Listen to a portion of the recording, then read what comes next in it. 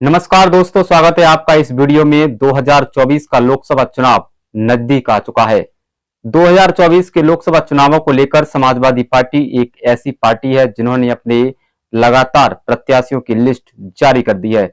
Samajwadi party ने मंगलवार को अपनी तीसरी लिस्ट जारी की, जिसमें 5 प्रत्याशियों का ऐलान किया, लेकिन सबसे बड़ा चेहरा शिवपाल यादव रहे, क्योंकि शिवपाल यादव को समाजवादी पार्टी ने बदायूं से अपना उम्मीदवार बनाया है। आपको बता दें कि पहली लिस्ट में समाजवादी पार्टी ने बदायूं से धर्मेंद्र यादव को टिकट दिया था, लेकिन अब उनको आजमगढ़ का प्रभारी बनाया गया है। तो वहीं बदायूं से धर्मेंद्र यादव का टिकट काटकर चाचा शिवपाल को दिया गया है।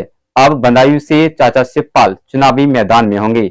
आपको बता दें कि समाजवादी पार्टी ने अपनी तीसरी लिस्ट में 5 उम्मीदवारों का ऐलान किया है और इन 5 उम्मीदवारों में सबसे बड़ा नाम शिवपाल यादव का है। तो वहीं आपको बता दें कि नरेंद्र मोदी की संसदीय क्षेत्र सीट वाराणसी से समाजवादी पार्टी ने सुरेंद्र सिंह पटेल को चुनावी मैदान में उतारा है।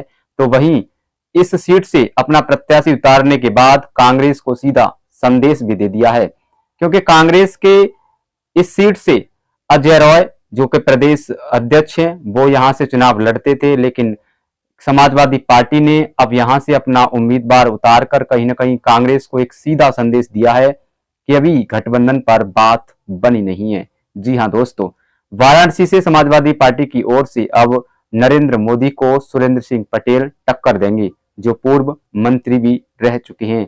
तो वहीं आपको बता दें कि कैराना से समाजवादी पार्टी ने इकरा हसन को मैदान में उतारा है। 2019 में भी समाजवादी पार्टी ने इकरा हसन को टिकट दिया था और 2024 में भी समाजवादी पार्टी ने इन पर भरोसा जताया है।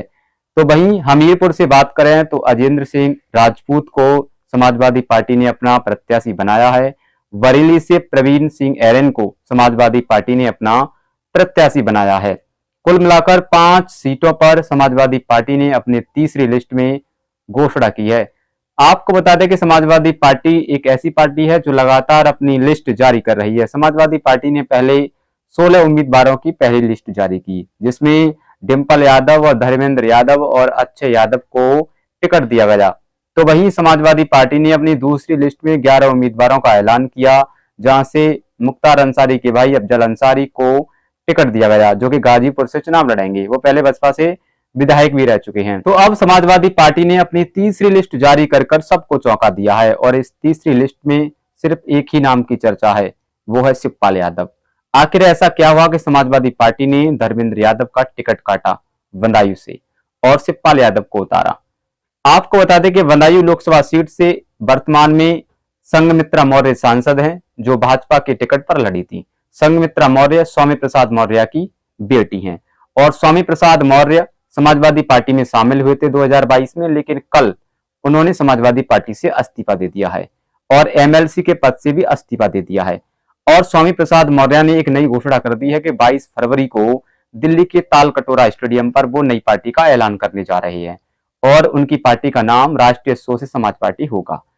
तो अब भाजपा अगर दोबारा से संघमित्रा मौर्य को बदायूं से टिकट देती है और लड़ती है, तो इस सीट पर कांटे की टक्कर देखने को मिल सकती है, क्योंकि 2019 के लोकसभा चुनाव में संघमित्रा मौर्य ने धर्मेंद्र यादव को बदायूं की लोकसभा सीट पर हराया था।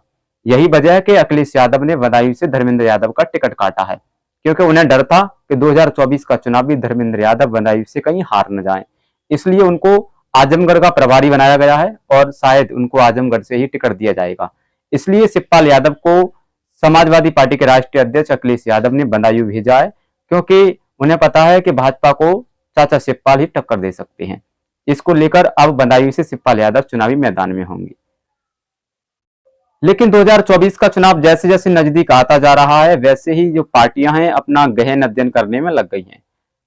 सपा को छोड़कर ऐसी कोई पार्टी नहीं है जिसने अपने उम्मीदवारों का ऐलान किया हो। भाजपा ने अभी तक अपने पत्ते नहीं खोले और एक भी लिस्ट उम्मीदवारों की जारी नहीं की है, क्योंकि वो अपना गहन अध्ययन कर रहे हैं। क्योंकि भाजपा इस बार कहीं पुराने चेहरों को हटा सकती है। जो वर्तमान में सांसद है, उनका टिकट भी तलवार पर लटका हुआ है। ये मान लो कि भाजपा इस बार 50% से ज्यादा टिकट काटने वाली है, जो वर्तमान में सांसद है। इसको लेकर गहन अध्ययन चल रहा है और बीजेपी की कार्यकारी की जो बैठक होगी, इसमें फैसला लिया जाएगा कि कौन से सांसदों का टिकट काटा जाएगा, कौन से का बचेगा। इसलिए भाजपा अपनी पहली लिस्ट जारी करने में देरी लगा रही है। तो वहीं बात करें कांग्रेस की, कांग्रेस भी अपनी पहली लिस्ट जारी इसलिए नहीं कर पा रही है क्योंकि अभी गठबंधन पर बात नहीं बनी है। कांग्रेस और समाजवादी पार्टी का गठबंधन होना है, लेकिन कांग्रेस और सपा का ऐसा कोई अभी मामला सामने नहीं आया है कि जिस पर निश्चित तौर पर कहा जा सके कि इन दोनों का गठबंधन हो गया है। सीट शेयरिंग में मामला फंसा है। आपने देखा होगा कि राहुल गांधी की भारत जोड़ो न्याय यात्रा उत्तर प्रदेश में प्रवेश कर चुकी है और रायबरेली के आसपास आ चुकी है, लेकिन अभी तक अखिलेश यादव उस यात्रा में शामिल नहीं हुए हैं। अगर वो शामिल हो जाएंगे तो जनता के लिए एक संदेश पहुंच जाएगा कि इन दोनों का गठबंधन हो चुका है, लेकिन अभी इस पर मामला अटका हुआ है और सपा के राष्ट्रीय अध्यक्ष कांग्रेस को 17 सीटें देने के लिए तैयार भी हैं, लेकिन अभी ऐसा कोई हल निकल कर नहीं आ पा रहा है कि जिसकी वजह से कांग्रेस सपा का गठबंधन कहा जा सके, और ऐसा माना जा रहा है कि इन दोनों का गठबंधन तय है। वहीं आपको बात करें बसपा की, तो बसपा ने भी अपनी पहली लिस्ट जारी नहीं की है, क्योंकि बसपा गठबंधन के साथ जाएगी या फिर अपने उम्मीदवार उतारेगी हर सीट पर, यह देखने वाली बात होगी। लेकिन अगर Bahujan Samaj party India alliance के साथ जाती है तो कहीं ना कहीं ये चुनाव रोचक हो जाएगा, क्योंकि दलित वोट और ओबीसी वोट मिलकर कहीं ना कहीं भाजपा को घेरने का काम कर सकते हैं। तो बसपा गठबंधन के साथ हो सकती है, चुनाव है, कुछ भी हो सकता है। यहाँ समय बताएगा कि बहुजन समाज पार्टी के राष्ट्रीय अध्यक्ष बहन मायावती किधर जाती हैं। तो दोस्तों, कुल मिलाकर 2024 के लोकसभा चुनाव को लेकर समाजवादी पार्टी ने अपने 32 उम्मीदवारों का ऐलान कर दिया है और समाजवादी पार्टी उत्तर प्रदेश में 65 सीटों पर लगभग चुनाव लड़ने वाली है और कुछ सीटें कांग्रेस के पाले में जाएंगी।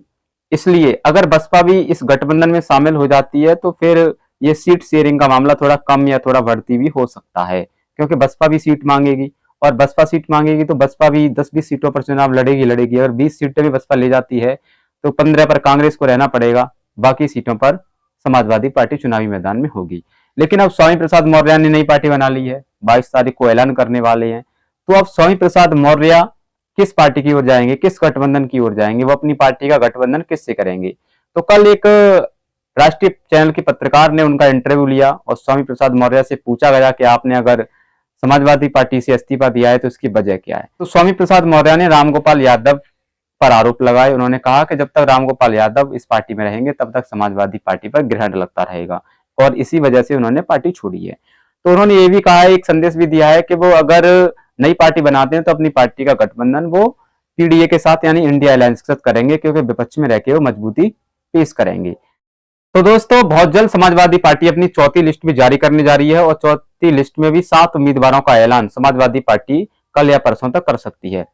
और जहां तक है वहां तक आजमगढ़ से धर्मेंद्र यादव को समाजवादी पार्टी टिकट दे सकती है चौथी लिस्ट में। तो आपकी इस पर क्या राय है? क्या समाजवादी पार्टी ने जिन लोकसभा सीटों पर अपने प्रत्याशी उतारे हैं, क्या वो जिताऊ प्रत्याशी हैं? अपनी राय हमें कमेंट बॉक्स में अवश्य बताएं। मिलती है फिर एक और नई वीडियो के साथ, जब तक के लिए धन्यवाद।